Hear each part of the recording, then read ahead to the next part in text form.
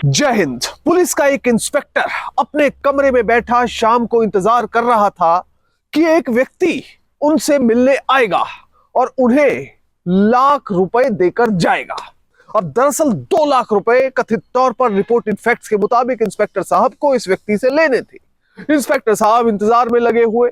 अब जैसे ये व्यक्ति आता है, इंस्पेक्टर साहब कथित तौर पर खुश होते हैं, पर थोड़ी देर में सादे कपड़ों में कुछ लोग आकर इंस्पेक्टर साहब को दबोचने के लिए दौड़ते हैं, यानी गिरफ्तार करने के लिए दौड़ते हैं। और इंस्पेक्टर साहब सीबीआई की टीम को देखते ही वहां से कथित तौर पर ऐसे रफू चक्कर होते हैं जैसे एक चूहे ने बिल्ली देख ली हो।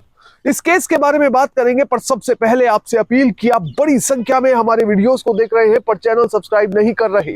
अगर आप इस वीडियो को देख रहे हैं तो फौरन चैनल को सब्सक्राइब कीजिए, बेल नोटिफिकेशन ऑन कीजिए, वीडियो को ज्यादा से ज्यादा शेयर करें और इसके साथ ही अपना कमेंट देना ना भूलें। इस पूरे केस की सच्चाई जानने के लिए वीडियो को बिल्कुल आखिर तक देखें, कतई भी स्किप ना करें। अब ये पूरा मामला समझने के लिए आपको चलना पड़ेगा दिल्ली के सीमापुरी थाना क्षेत्र में, जहां पर सब इंस्पेक्टर राजेंद्र तैनात है। वहीं दूसरी तरफ दिलशाद गार्डन, जहां पर एक मैकेनिक अपना रोज का काम करता है और शाम को अपने परिवार का पेट पालता है। अब अचानक से पुलिस को कहीं से शिकायत मिलती है कि ये जो मैकेनिक है उसके पास 2 वोटर कार्ड है। अब 2 वोटर कार्ड रखना एक बड़ा अपराध है। आपको बता दें कि अगर कोई 2 वोटर कार्ड रखता है, 2 पासपोर्ट रखता है, 2 आधार कार्ड रखता है, यानी एक से अधिक कुछ भी ऐसी सामग्री रखता है, कोई भी आइडेंटिटी कार्ड ऐसा रखता है, तो वो अपराध की श्रेणी में आता है। अब इसलिए पुलिस इसका कॉग्नाइजेंस लेती है और कथित तौर पर ये इंस्पेक्टर साहब इस मैकेनिक को कॉल करते हैं और कॉल करके 23 दिसंबर को इसे अपने पास आने के लिए कहते हैं कि आप थाने आइए और हमें मिलकर जाइए। अब ये मैकेनिक थाने पहुंचता है क्योंकि पुलिस का कॉल किसी गरीब को आ जाए तो फौरन उसके पैरों तले जमीन खिसक जाती है। अब ये मैकेनिक फौरन पहुंच जाता है थाने। बताइए साहब क्या दिक्कत है।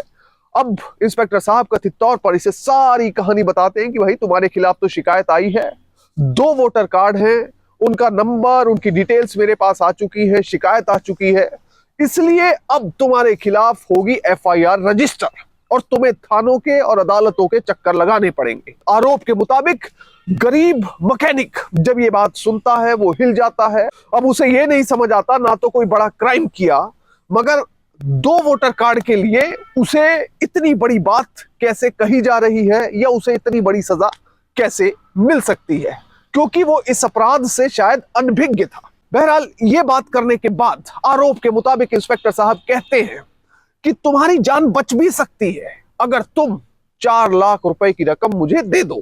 अब जैसे ही ये बात मैकेनिक सुनता है तो उसे एक रास्ता भी बचने का नजर आता है, पर ज्यादा बात इंस्पेक्टर साहब से उसकी इस बारे में नहीं हो पाती। वो फिलहाल कुछ समय लेकर वहां से चला जाता है कि सर मैं आपको बताऊंगा जैसा भी होगा, क्योंकि मेरे पास ज्यादा पैसे नहीं है, पर जितने भी हुए, जितनी मेरी समर्थता हुई, मैं कोशिश करूंगा वो पैसे जुटाकर आपको दे दूं और अपनी जान बचा लूं। अब वहां से मैकेनिक निकला। अब जैसे ही वो थाने से निकलता है उसके बाद आरोप के मुताबिक इस मैकेनिक को बार बार इंस्पेक्टर के कॉल आने लगते हैं कि पैसे का इंतजाम हुआ या नहीं हुआ, और कभी कभी तो आरोप के मुताबिक इंस्पेक्टर इस मैकेनिक की दुकान पर भी आ जाया करता था। अब राजेंद्र नाम का ये इंस्पेक्टर जब यदा कदा इस मैकेनिक की दुकान पर पहुंचने लगा तो फाइनली होता यह है कि 5 से 7 दिन का समय बीतता है और मैकेनिक को फिर से इंस्पेक्टर साहब की कथित तौर पर कॉल आती है। इस बार इंस्पेक्टर साहब कहते हैं कि तुम 1 जनवरी को मेरे पास आ जाओ, तुमसे केस के रिगार्डिंग पूछताछ करनी है, कुछ बात करनी है। अब फाइनली 1 जनवरी के दिन ये मैकेनिक इंस्पेक्टर साहब के पास थाने में पहुंचता है, उनसे बात करता है और कहता है कि सर देखिए मैं कोई इतना बड़ा गुनहगार नहीं हूं, आप मुझे माफ कर दीजिए। और दूसरी तरफ इंस्पेक्टर साहब आरोप के मुताबिक पैसे लेने पर अड़े हुए थे। अब जो 4 लाख रुपए की रकम मांगी गई थी उसे घटाकर कर दिया गया 2 लाख रुपए।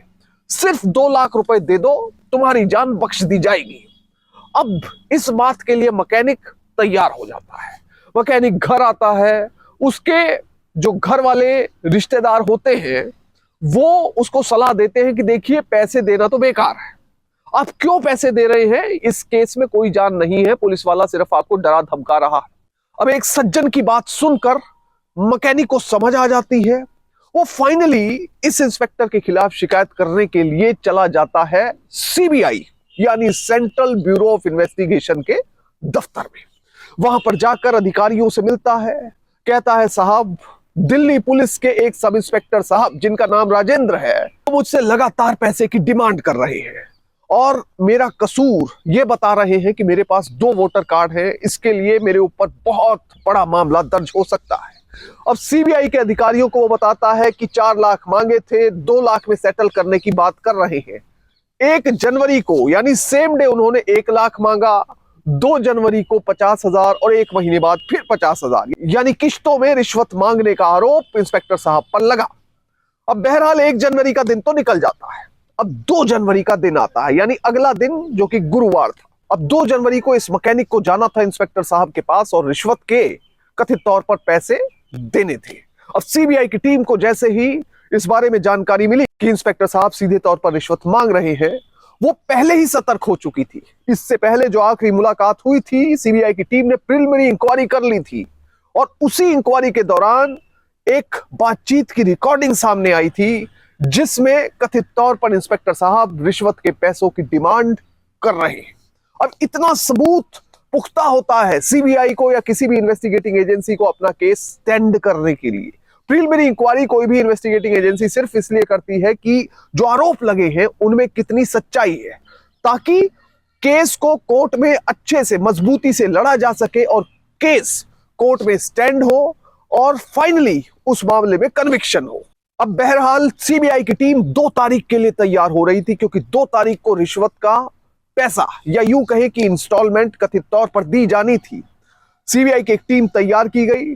दूसरी तरफ सीमापुरी थाने में तैनात ये इंस्पेक्टर साहब अपने रिश्वत के पैसों का कथित तौर पर रिपोर्टेड फैक्ट्स के मुताबिक इंतजार कर रहे थे कि 2 तारीख को ये मैकेनिक आएगा और उन्हें पैसे पकड़ा देगा। अब यहां पर जो तस्वीर है वो थोड़ी डिफरेंट है। जो थाना है, थाने की एंट्री गेट पर वहां के एसएचओ साहब ने एक कांस्टेबल की ड्यूटी लगाई हुई है और उस कांस्टेबल को कहा है कि हर आने जाने पर नजर रखनी है। कोई भी व्यक्ति अंदर थाने में एंटर करता है उसका नाम, डिटेल्स, फोन नंबर सब कुछ लेना है। अब यहां पर रिश्वत लेना बहुत मुश्किल था क्योंकि अगर मैकेनिक वहां पर आता तो उसकी डिटेल भी यहां पर भरनी पड़ती, नाम भी भरना पड़ता और फोन नंबर भी भरना पड़ता। रिपोर्टेड फैक्ट्स के मुताबिक और आरोप के मुताबिक इंस्पेक्टर साहब ने चालाकी करते हुए इस मैकेनिक को कहा कि तुम मेरे घर पर आ जाना। अब घर क्या था, इंस्पेक्टर साहब दरअसल बैरक में रहते थे, कमरे में रहते थे, तो वहीं पर इंस्पेक्टर साहब ने कथित तौर पर रिपोर्टेड फैक्ट्स के मुताबिक इस मैकेनिक को बुलाया। अब वहां पर यह मैकेनिक शाम के समय पहुंचता है, पर इस बार वो अकेला नहीं पहुंचा था। इस बार उसके साथ मौजूद थे सादे कपड़ों में न्याय की रक्षा करने वाले सीबीआई के अधिकारी। अब ये व्यक्ति इंस्पेक्टर साहब के पास जाता है, उन्हें बताता है कि सर मैं आपके लिए जो पैसे मैंने कहा था वो मैं लेकर आ गया हूं। अब थोड़ी देर में इंस्पेक्टर को बाहर हुई हलचल से, क्योंकि देखिए पुलिस अधिकारी है, उसे पता है कि पुलिस किस तरह से मूवमेंट करती है, किस तरह से रेड करती है, क्या कुछ होता है रेड के समय, तो ये सब कुछ इंस्पेक्टर को आभास हो जाता है कि शायद मुझे ट्रैप करने के लिए, गिरफ्तार करने के लिए इन्वेस्टिगेटिंग एजेंसी यानी सीबीआई की टीम पहुंची हुई है। इसी शक की बिना पर इंस्पेक्टर फौरन वहां से कथित तौर पर रिपोर्टेड फैक्ट्स के मुताबिक फरार हो जाता है। सीबीआई के अधिकारी उसे ढूंढते रहते हैं, चप्पा चप्पा छानते हैं, पर इंस्पेक्टर साहब वहां पर नहीं मिलते। इसके बाद सीबीआई की टीम सीधा पहुंचती है इंस्पेक्टर साहब के दफ्तर में। उन्हें लगा कि शायद इंस्पेक्टर साहब दफ्तर में मौजूद होंगे, भागकर दफ्तर में ही पहुंचे होंगे यानी थाने में पहुंचे होंगे, पर इंस्पेक्टर साहब थाने में भी नहीं मिलते। इसके बाद लगातार इंस्पेक्टर साहब को उसी नंबर पर फोन किया जाता है जिस नंबर से उनका कॉल मैकेनिक को आता था, यानी जो इंस्पेक्टर साहब का नंबर था। अब इंस्पेक्टर साहब के नंबर पर लगातार जब कॉल की जा रही थी वो नंबर आ रहा था स्विच्ड ऑफ। कुल मिलाकर इंस्पेक्टर साहब सीबीआई के इस ट्रैप को धता बताकर फरार हो गए। पर इस पूरे केस से हमें एक सीख मिलती है। कुछ लोग, ऐसा होता है कि जब ट्रैप पड़ता है ना, जब कोई इन्वेस्टिगेटिंग एजेंसी रेड मारती है तो वहां से फरार हो जाते हैं। उन्हें ऐसा लगता है कि कानूनी दांव-पेच में वो बच सकते हैं क्योंकि वो तो उस समय वहां पर मौजूद नहीं थे, यानी कि उन्हें गिरफ्तार नहीं किया जा सका, इसलिए वो बच पाएंगे। पर एक चीज हमें अच्छे से समझनी चाहिए कि कानून के हाथ से कोई भी व्यक्ति नहीं बच सकता। जो व्यक्ति रिश्वत लेते हुए पकड़ा जाना था और वो वहां से अगर फरार हो जाता है, ऐसे कई केसेस में भी अदालतों ने सजा सुनाई है और उन व्यक्तियों को दोषी बताया है। इसलिए अगर कोई व्यक्ति सोचता है कि रिश्वत लेते हुए रेड पड़ जाए और मैं वहां से बचकर भाग जाऊं, यह कोई बहुत अच्छा सॉल्यूशन नहीं है। इसलिए हमेशा ईमानदारी से और नैतिकता से अपना काम करें, देश प्रेम करें, इस देश को विकास की गति देने में अपना योगदान दें और एक अच्छे नागरिक बनकर दिखाएं। जय हिंद।